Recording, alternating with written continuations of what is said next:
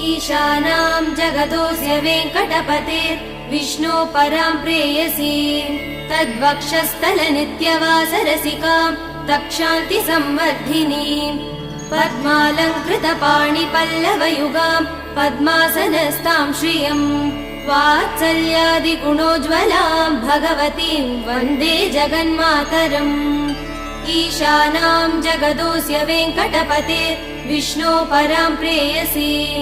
तद्वक्षस्थलनित्यवासरसिकां तक्षान्ति संवर्धिनीं पद्मालङ्कृतपाणिपल्लवयुगां पद्मासनस्तां श्रियम् वात्सल्यादिगुणोज्ज्वलां भगवतीं वन्दे जगन्मातरम् श्रीमन्कृपाजलनिधे श्रुत सर्वलोक सर्वज्ञ शत्तनत वत्सल सर्वशेषिन्